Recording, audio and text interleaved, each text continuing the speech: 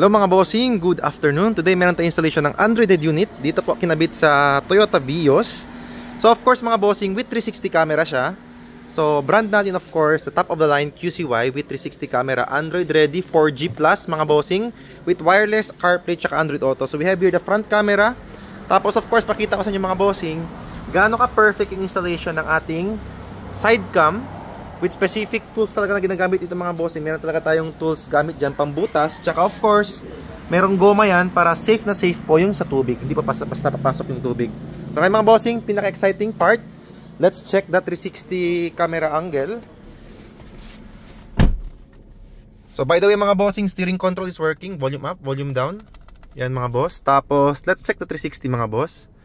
Yan mga bossing, as you can see the bird's eye view, the top view. Kitang-kita po lahat. Recording po si 360 natin. Yan po yung advantage para na siyang dashcam. Yan, pwede nyo zoom in, zoom out. Tapos front cam, back cam, side cams mga bossing, all working. Yan mga boss, combined 3 cameras. Front, back, front side cameras na dalawa. Tapos pwede flip sa likod. So basically mga bossing, you can see everything. Tapos let's check the other applications mga bossing.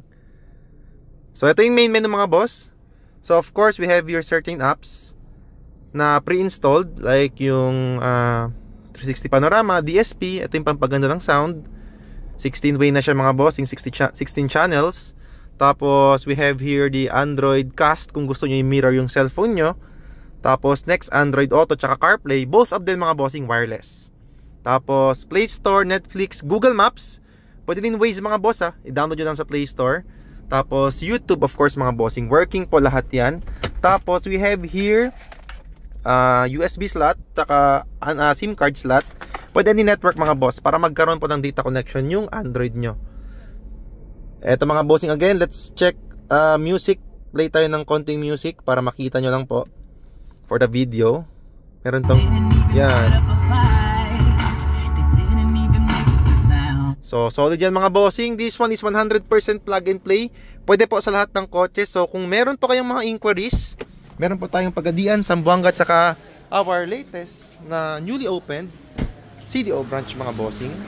So, we're located sa Diversion Road lang po. 50 meters only away from Wilcon Depot, Bara, Opol mga bossing. So, Andres Auto Accessories mga bossing, yung name ng shop natin. Visit lang po kayo for any inquiries mga boss. Peace out.